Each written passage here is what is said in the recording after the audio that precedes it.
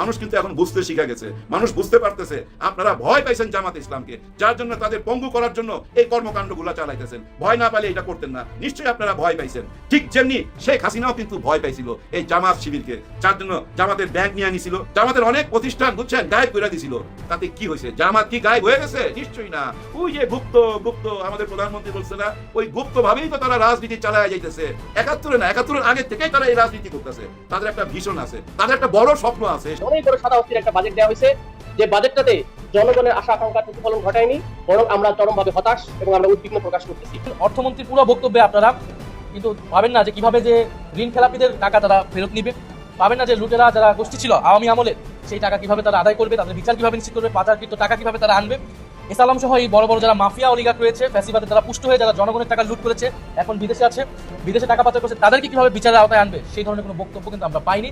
মূর্তি থাকবে মন্দিরে, যদি সরকার মন্দিরের মধ্যে আরো 10টি মূর্তি নির্মাণ করে দেয় আমাদের কোনো আপত্তি নেই, কিন্তু ৯৯% মুসলমানদের দেশে রাজপথের মধ্যে মূর্তি প্রদর্শন করতে দেওয়া হবে না, হবে না, হবে না। আইন শৃঙ্খলা পরিস্থিতি এখন দেশের খারাপ, কিন্তু সরকার এটা স্বীকার করে না। দুঃখজনক, যে সরকারই আসে আইসা বলে যে আগের চেয়ে এখন আইন শৃঙ্খলা ভালো। এই আটটাকে এটাই আজ পর্যন্ত বুঝতে পারলাম। কোনো ধরনের কম্প্রোমাইজ চলবে না।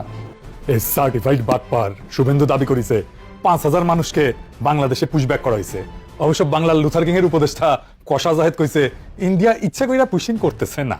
মহারাজ কৃষ্ণচন্দ্রের দরবারে ছিল গোপাল ভাঁড়, আকবরের দরবারে ছিল বীরবল, তেমনি বাংলার লুথার কিং এর দরবারে আছে কষা জাহেদ। ওরে আর কি বলবো জানি না। আমরা মনে করতাম শিলং সালাউদ্দিন, ইকবাল মাহমুদ টুকু, আমির খসরু, মির্জা ফখরুল, মেজর হাফিজ এরাই বিএনপির মধ্যে ইন্ডিয়ান মাল। এখন দেখি কষা জাহেদ সবার বাপ হয়েছে।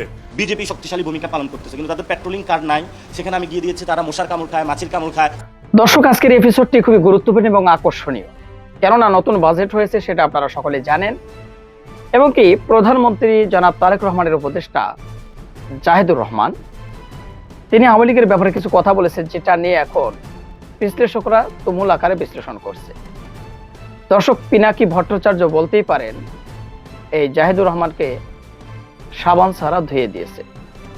কিভাবে ধুয়ে দিয়েছে সেটা আপনারা পুরো ভিডিওটি দেখলে সেটা উপলব্ধি করতে পারবেন।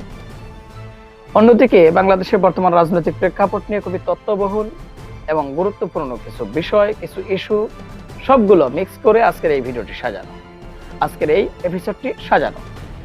তাই সবাইকে বলবো একটু ধৈর্য সহকারে আজকে আপনারা এই ভিডিওটি দেখবেন। আমি কথা বলার আমরা সরাসরি মূল নিউজে চলে যাব। তার আগে বলবো যারা এখন পর্যন্ত আমাদের এই চ্যানেলটি সাবস্ক্রাইব করেন এই প্রতিনিয়ত এই ধরনের আপডেট গরম গরম খবরগুলো পেতে আমাদের এই চ্যানেলটি সাবস্ক্রাইব করবেন। যারা করেছেন ধন্যবাদ। তো চলুন কথা কেন, একটা লাইক দিয়ে মূল নিউজে চলে যাই। এই সার্টিফাইড বাটপার শুভেন্দু দাবি করেছে ৫,০০০ মানুষকে বাংলাদেশে পুশব্যাক করা হয়েছে। অবশ্য বাংলার লুথার কিং এর উপদেষ্টা কষা জাহেদ কইছে ইন্ডিয়া ইচ্ছা কইরা পুশিং করতেছে না।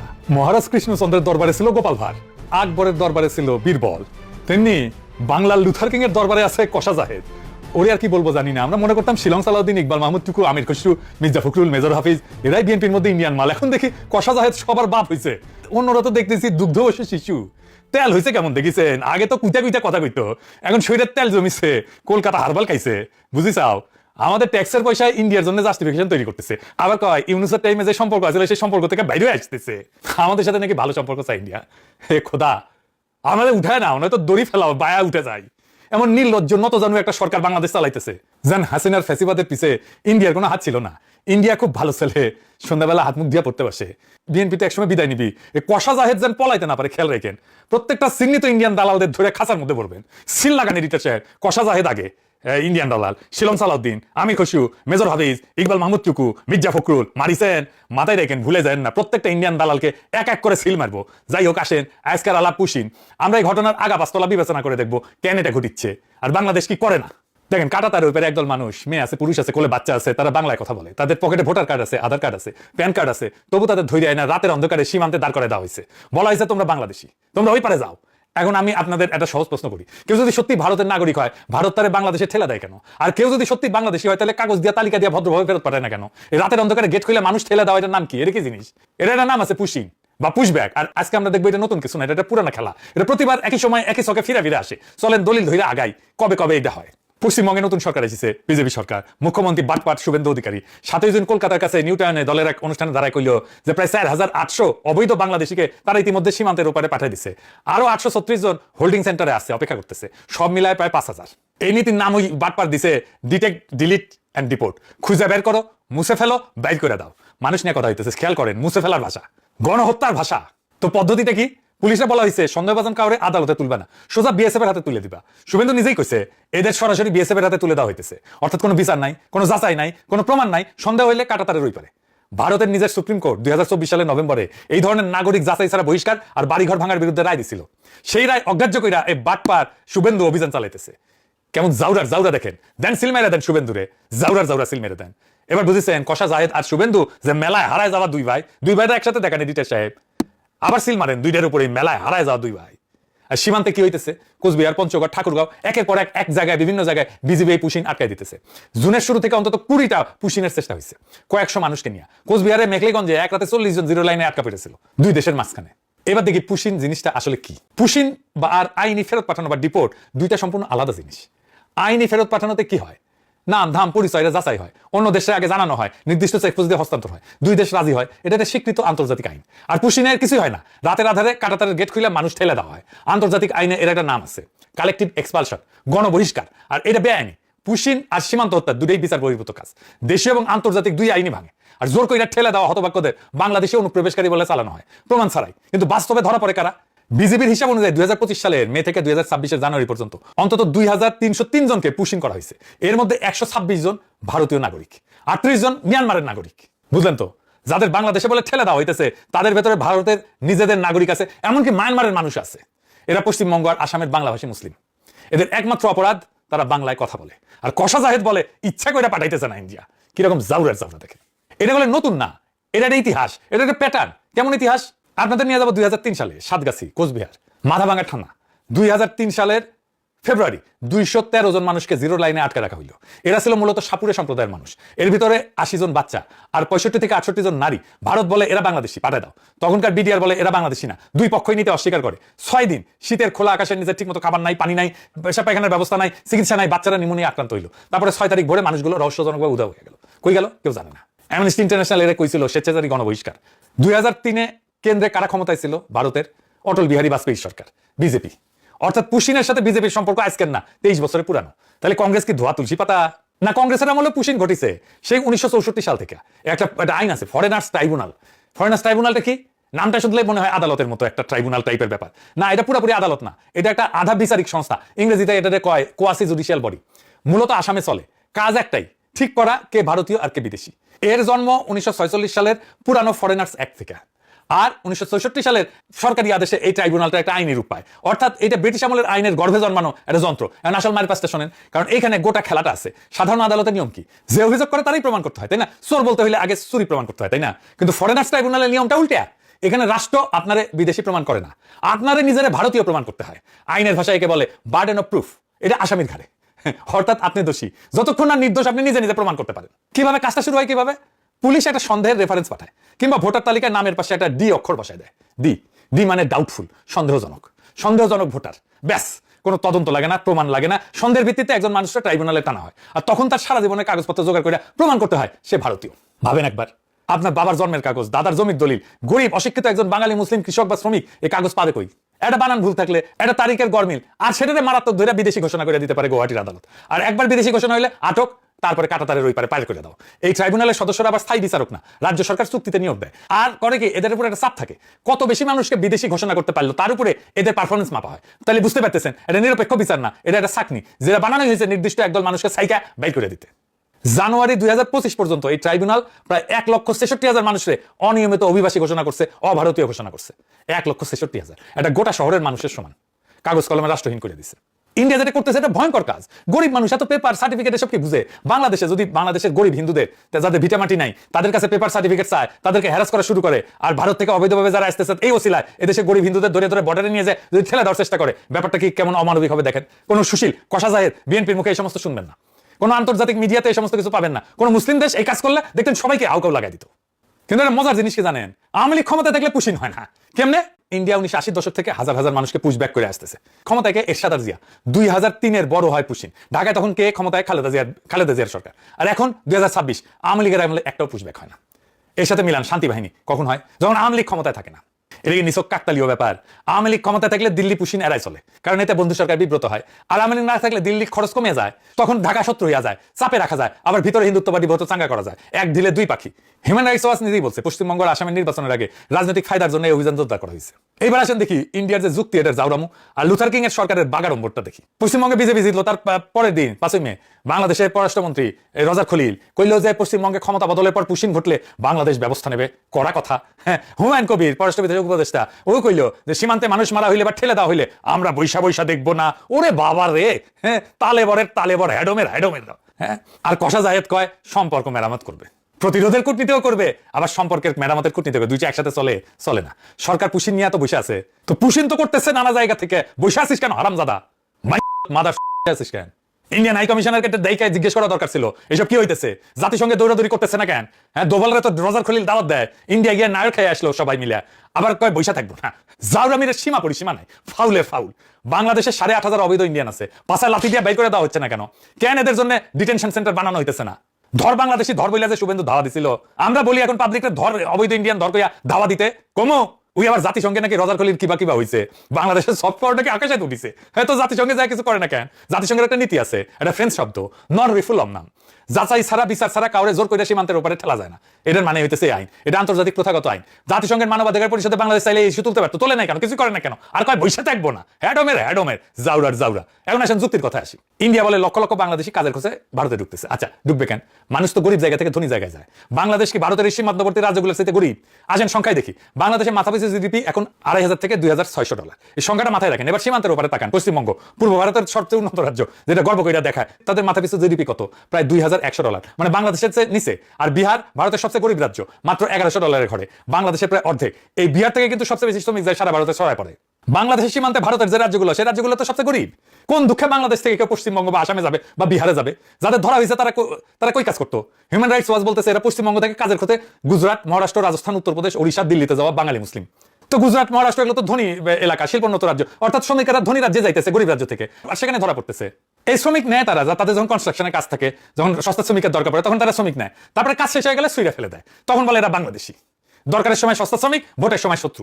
বাংলাদেশের ইকোনমিতে ইন্ডিয়ার চাইতে খারাপ না। আমাদের লোকেরা মধ্যপ্রাচ্যে যাবে, মালয়েশিয়া যাবে, সিঙ্গাপুর যাবে, ইউরোপ যাবে, আমেরিকায় যাবে, কোন দুঃখে ইন্ডিয়া যাবে? তো ভারত বাংলাদেশি অনুপ্রবেশকারী পাবে কই? পায় না তো। তাই নিজেদের নাগরিককেই ধরতে হয় বাংলাদেশি অনুপ্রবেশকারী বলে, ধরে পাঠায় দেয়। বাজেট নিয়ে আলোচনা নাই কেন জানেন?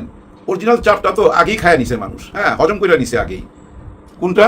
ওই যে বিদ্যুতের দাম বাড়াইলো, তেলের দাম বাড়াইলো, গ্যাসের দাম বাড়াইলো, ওই জায়গায় তো মানুষ হয়ে গেছে। মেন ওজনটা তো ওইখানে দিয়ে দিছে আগে, ওই ওজনটা মানুষ নিয়ে নিছে, হজম করে ফেলছে। যার জন্য এই নতুন বাজেটে কি হবে না হবে অতটা মাথা ব্যথা নাই। সাধারণ মানুষের যে রিক্সাওয়ালাটা এক জায়গা থেকে আরেক জায়গায় যাইতে 30 টাকা নিত, ও এখনো 30 টাকাই পাবে। 40 টাকা চাইলে হয়তো কোনো উদার মনের মানুষ দিয়ে দিতে পারে, আবার কেউ থাপ্পড়ও লাগাই দিতে পারে যে বেটা বেশি চাইলি কেন। এমন হইতে পারে ভাই, কারণ জুলুমটা না ভাই গরিবের উপরেই হয়। যেমন ওই যে গরিবের হাসপাতাল আল-দিন, ওইটা নিয়ে এখন কি চলতেছে? গরিবের উপরে জুলুম চলতেছে। কিন্তু সংসদে কিন্তু ওনারা কবিতা লিখতেছে। হ্যাঁ, একজন কবিতা লেখে, আরেকজন নিয়ে আসে নতুন করে আরেকটা কবিতা। হ্যাঁ, উনি কবিতা লিখছে, উনি কে দেখেন, ওনার কবিতাটা আমার পছন্দ হয়েছে, আমি আপনাদেরকে শোনাবো। দেখেন, বাগেরহাট পাশে। আপনাকে ধন্যবাদ মাননীয় স্পিকার। আমরা গতকাল সংসদে একটি কবিতা শুনেছিলাম, চিরসুখী যে জন ভ্রমে কি কখন ব্যথিত বেদন বুঝিতে পারে, কি যাতনা বিষে বুঝিবে সে কিসে, কভু আসিবে সে দংশে নিচারে। মাননীয় স্পিকার, এই কবিতার বিপরীতে আমিও একটি কবিতা লিখেছি। যে কভু গুমের আধারে হারায়নি পথ, সে কি বুঝবে স্বজন হারানো বেদনা কত, গুমের যাতনা বুঝিবে সে কিসে, যে ছিল শিলংয়ের বিলাসিনী সে। রাগ করলেন?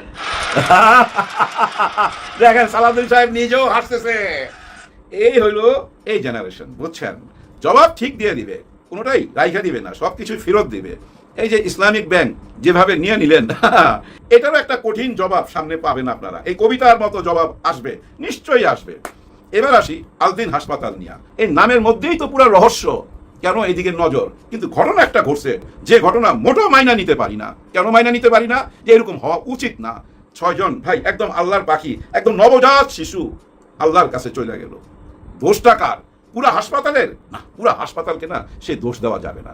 ওই শিশুগুলা যে ওয়ার্ডের মধ্যে ছিল, যাদের দায়িত্বে ছিল, তাদেরকে অবশ্যই আইনের আওতায় আনতে হবে। এটা তো মাইনা নেওয়া যায় না। গ্যাস লিক হইলো না, আপনারা এসি বন্ধ করে দিয়েছেন, কে বন্ধ করলেন, কাদের ডিউটি ছিল, কার দায়িত্ব ছিল, এদেরকে আইনের আওতায় নিশ্চয়ই আনতে হবে। এটা তো ছাড় দেওয়া যায় না। কিন্তু এইটা কি করলেন, পুরা নিষিদ্ধ করে দিলেন, লাইসেন্স বাতিল করে দিলেন।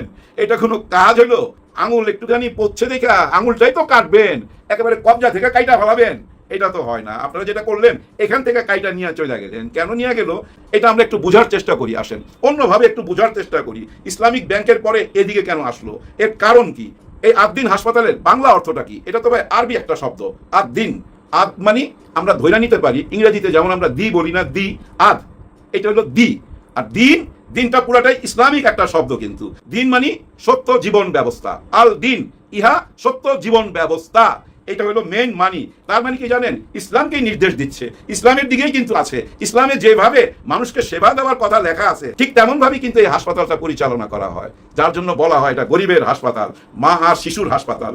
অতি সাধারণ একজন মানুষের ওয়াইফের যখন ব্যথা উঠবে, প্রেগনেন্ট ব্যথা উঠবে, কোথায় নিয়ে যাবে? স্কয়ারে নিয়ে যেতে পারবে? অ্যাপোলোতে নিয়ে যেতে পারবে? হ্যাঁ, নিয়ে যেতে পারবে। কোথায়? ঢাকা মেডিকেল কলেজে। সেখানে কি অবস্থা আপনারা সবাই জানেন। আরেকটা জায়গায় কোথায়? এই আদ-দিন হাসপাতাল, এখানে আপনি নিয়ে যেতে পারেন। এই হাসপাতালটা মা শিশুদের জন্য বিখ্যাত বহুদিন যাবত। আমি তো দেখে আসতেছি বোধহয় 90 সাল থেকে। হ্যাঁ, একটা চিপা গলি দিয়ে ঢুকলেই ভাই ওই সাইড দিয়ে না বাইরে হওয়া যায়, বেলি রোডে যাওয়া যায়। এদিক দিয়ে বহুবার যাওয়া আসা করছি। এই হাসপাতালটা সম্বন্ধে আগে থেকেই আমি জানি। এখানে ভাই গরিব মানুষের চিকিৎসা বেশি হয়। তার মানে ধনী মানুষরা যায় না? যায় ভাই। যারা সচেতন মানুষ তারা যায়, কারণ সে বিশ্বাসটা এই হাসপাতাল অর্জন করতে পারছে। যে নামের উপরে হাসপাতাল, সেটা সুনামসে রাখতে পারছে, দিন শব্দটার ইজ্জত রাখতে পারছে। দেখেন এখানে 500টা বেড আছে, এর মধ্যে 200-র উপরে বেড আছে বিনা চিকিৎসায় চিকিৎসা দেওয়া হয়। আর যাদের কাছ থেকে টাকা নেওয়া হয় অন্য হাসপাতালের মতো না। অন্য জায়গায় একটা আইসিইউতে যদি আপনার 10 থেকে 12,000 টাকা লাগে, এখানে 3 থেকে 3,500 টাকায় সেই চিকিৎসাটা আপনি করাইতে পারবেন। শুধু ভাই মা আর শিশু না, সব রকম চিকিৎসা এখানে হয়। শুধু কি এটা একটা হাসপাতাল না, এটা একটা মেডিকেল কলেজও। আর এটা কি শুধু এই মগবাজার 2-তে একটাই শাখা না, এটা বাংলাদেশের আর অনেক জায়গায় আছে। এই কাজটা কারা করতেছে, কারা এটার পিছনে টাকা লগ্নি করছে, ওই জায়গাটায় আসি। ওইখানে আসলে আপনারা বুঝতে পারবেন কেন এই ঘটনাগুলো ঘটতেছে।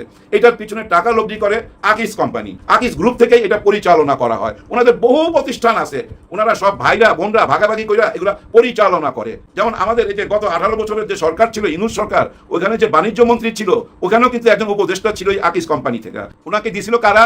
জামাতে ইসলামের পক্ষ থেকে দিছিল। তখন আলোচনা শুনছেন না যে জামাতে ইসলামের পক্ষ থেকে, এই কথাটাই তো আমরা শুনছি। এখানে এইটুক থাক, আমরা আবার এদিকে আসি। এই হাসপাতালটা কে চালায়? ওনার নাম হলো মহিউদ্দিন, উনিও কিন্তু আকিস কোম্পানির। ওনারা ভাই ভাই। ওনাদের ব্যাকগ্রাউন্ডটা এবার দেখেন, ওনাদের কোনো ব্যাংকের ঋণ নাই, ওনারা ঋণ খেলাপি না, কোনো কারো টাকা পয়সা মারছে অতীতে এরকম কোনো রেকর্ড নাই। এই হাসপাতালটা করাই হয়েছিল ইসলামিক চিন্তাধারায়, যেন এখানে গরিব মানুষ, সাধারণ মানুষ তাদের চিকিৎসা সেবাটা নিতে পারে। এটা কিন্তু লাভজনক কোনো প্রতিষ্ঠান না। এখানে যা আয় হয় এখানে ইনভেস্ট করা হয়। এই হাসপাতালের সাথে 5 থেকে 600 মেডিকেল ছাত্রছাত্রী জড়িত। এখানে কিন্তু ভাই খাওয়া দাওয়ার মানও ভালো। এটার উপরে একটা মসজিদ আছে, এইটুক বললে আরো একটু পরিষ্কার হইতে পারবেন কেন আজকে এইসব কাণ্ড চলতেছে। এই মসজিদের ইমাম কে ছিল? এই মসজিদের ইমাম ছিল আমির হামজা সাহেব। ওই যে সিনেমার নায়িকা নিয়ে কথাবার্তা বলে, যেটা নিয়ে অনেক ট্রল হয়, আমির হামজা বর্তমানে আমাদের এমপি আমির হামজা, যার বিরুদ্ধে টুকু সাহেব মামলা করছিল, অনেক টাকার মামলা। ওই মামলা কি হলো জানি না। ওই আমির হামজা সাহেব ছিল এই আল-দিন হাসপাতালের ছাদে যে মসজিদটা আছে, এই মসজিদের ইমাম বহুদিন ছিল। এই আমির হামজা সাহেব যেখানে যেখানে ভাই ওয়াজ করতো না, ওয়াজ করে বেড়াইতো, এর পিছনে কিন্তু এই আকিস কোম্পানি সহযোগিতা ছিল। যেমন দেখেন এই যে যশোরের সাইডে, অভয়নগরের সাইডে, বেনাপোলের দিকে আমাদের আজহারি হুজুর যত ওয়াজ করে, যে আপনারা দেখেন না কত বিরাট অ্যারেঞ্জমেন্ট, পেশাব পায়খানার জায়গা, অজু করার জায়গা, অনেক টাকা ইনভেস্ট করতে হয়। এই টাকাটার পিছনে কাদের হাত, কারা দেয়? এই আকিস কোম্পানি। ওই সাইডে যতগুলো ওয়াজ দেখছেন সব কিছুর পিছনে আকিজের হাত ছিল। আজহারি হুজুর যে এত সুনাম অর্জন করছে এই ওয়াজের মাধ্যমেই তো করছে। ওনার প্রথম দিকে যেসব ওয়াজ শুনতেন আপনারা, এই আমির হামজার যত ওয়াজ শুনতেন, আরো অনেকেরই এদের পিছনে কিন্তু সহযোগিতা করতো এই আকিস গ্রুপ। এখন কথা হচ্ছে, এরা কি আসলে জামাতে ইসলামের? না, এটা বলা যাবে না। কারণ কি জানেন, তারা আওয়ামী লীগকেও ডোনেশন দিত, আবার জামাতকেও ডোনেশন দেয়। আমার তো মনে হয় বিএনপিকেও দিবে চাইলে। ওনারা সবাই সাথে তাল মিলায়া চলে। তবে এখানে একটা প্রশ্ন আছে, ওনাদের ধ্যান ধারণা সব কিছু ইসলামিক মাইন্ডের। আর ওনাদের হাসপাতালের যে আল-দিন নাম, এই নামের অর্থ থেকেই তো বোঝা যায় ওনারা টোটালটা ইসলামিক মাইন্ডের। এখন প্রশ্ন হচ্ছে, এই কারণে কি ওনাদের দিকে হাত বাড়াইলো সরকার? এটাই কি মনে হয়? না হলে ভাই পুরো একটা হাসপাতালকে কেন নিষিদ্ধ করে দিতে হবে? এটা তো ভাই আমাদের বাংলাদেশের ইতিহাসে এর আগে ঘটছে কিনা আমি জানি না। তার মানে এটা ভাবেন না ওই 6টা যে আল্লাহর পাখি আল্লাহর কাছে চলে গেল, এর বিচার আমি চাচ্ছি না। নিশ্চয়ই আমি এর বিচার চাই, কিন্তু এর বিচার চাই বইলা হাসপাতাল নিষিদ্ধ হয়ে যাক, এইটা আমি চাই না। দেখেন এই মামলাতে এটা জড়িত হইল কে? শিশির মনির সাহেব। বুঝছেন এবার থেকে কই আসে লাইন সব কিন্তু এক সুতায় গাথা, মানে ধৈর্য নিতে পারেন এটা জামাত ইসলামের ব্লকের, তাদেরই তো লোকজন দেখতেছি আশেপাশে, নাহলে শিশির মনির সাহেব কেন আসলো? উনি কিন্তু হাসপাতালের পক্ষ নিয়ে আসছিল, যার জন্য প্রচুর সমালোচনা হয়েছে ওনাকে নিয়ে। তবে ওনার একটা নেক নিয়ত ছিল যে হাসপাতাল থেকে যারা ক্ষতিগ্রস্ত তাদেরকে অর্থনৈতিকভাবে সাহায্য করা, মোটা অঙ্কের টাকা দেওয়ার কথাবার্তা শুনছি ভাই। এমনও শুনছি আমি যে একজনকে 80 লক্ষ টাকা করে দেওয়া হবে, সত্য মিথ্যা জানি না, জানা যাবে। শিশির মনির সাহেব এটা প্রকাশ করবে নিশ্চয়ই, কিন্তু শিশির মনির সাহেব ওখানে যাওয়ার পিছনে আপনারা বুঝতে পারছেন তো ওই জামাতে ইসলামের একটা গন্ধ আছে বলেই কিন্তু আজকে সরকারেরও দৃষ্টি এইদিকে। সরকার এই দৃষ্টিটা ভালো দৃষ্টি দেন নাই, এই দৃষ্টিটা আপনার ভালো যে হয় নাই এটা সোশ্যাল মিডিয়াতে আপনি বুঝতে পারতেছেন কত বড় অন্যায় হয়ে গেছে। চিন্তা করা যায় এখানে হাজার হাজার মানুষ চিকিৎসা নিত এবং হাজার হাজার মানুষ এখানে চাকরি করে, তাদের কথা একবার ভাবছেন? ভাবেন নাই। যে রোগী এখানে চিকিৎসা চলতেছিল ওই রোগী যদি এখন বাইরে হয়ে যায় কোথায় চিকিৎসা নিবে? তাকে যাইতে হবে ওই ঢাকা মেডিকেল কলেজে, স্কয়ারে যাওয়ার ক্ষমতা তার নাই, অ্যাপোলোতে যাওয়ার তার ক্ষমতা নাই, প্রাইভেট হাসপাতালগুলো অনেক খরচ, যাওয়ার ক্ষমতা নাই, ওই ঢাকা মেডিকেলে যাইতে হবে। ওইখানে যা কিভাবে জানেন? একটা বিছানা পাবে কোথায়? হয়তো একটা বাথরুমের কাছে একটা চাদর বিছায়া ওইখানে রোগীকে শোয়াইতে হবে, ওইখানে আর কোনো উপায় নাই। 2-3 সপ্তাহ অপেক্ষা করার পর লাইনে দাঁড়ায়া টিকিট দিয়া অপেক্ষা কইরা একটা বেড পাইছে, 2-3 সপ্তাহ 1 মাসও লেগে যাইতে পারে। ওই 1 মাস পর আবার আরেকটা দুশ্চিন্তা, অপারেশন কখন হবে সেটার জন্য লাইন দেওয়া। এরকম ভাবেই তো চলে ঢাকা মেডিকেল কলেজ। এই পেশেন্টগুলো এখন ওইখানে যায় লাইন দিতে হবে, কত বড় দূর অবস্থা। যে মা তার চিকিৎসা চলতেছিল, যার কথা ছিল হয়তো আগামী সপ্তাহে তার ডেলিভারি হবে, এখন সে কোথায় যাবে বলেন? সবাই হাহাকার কান্না। এতে কি মনে হয় না সরকার কি জনগণের বিরুদ্ধে চলে যাইতেছে? জনগণের মন বিচার করতে চাইতেছে না, নাকি মন বুঝতে পারতেছে না, নাকি তাকে কেউ বুঝতে দিতেছে না? ওনার আশেপাশে যারা আছে তাদেরকে একটু বিচার করলেই বুঝতে পারবে। দর্শক, আশা করি পুরো ভিডিওটি আপনারা দেখেছেন। এবার অবশ্যই আপনাদের মূল্যবান মতামতটা ভিডিওর কমেন্ট বক্সে জানিয়ে দিন।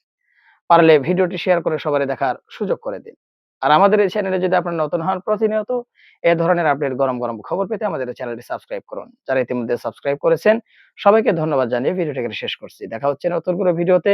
সে পর্যন্ত সবাই ভালো থাকবেন, সুস্থ থাকবেন। আল্লাহ হাফেজ।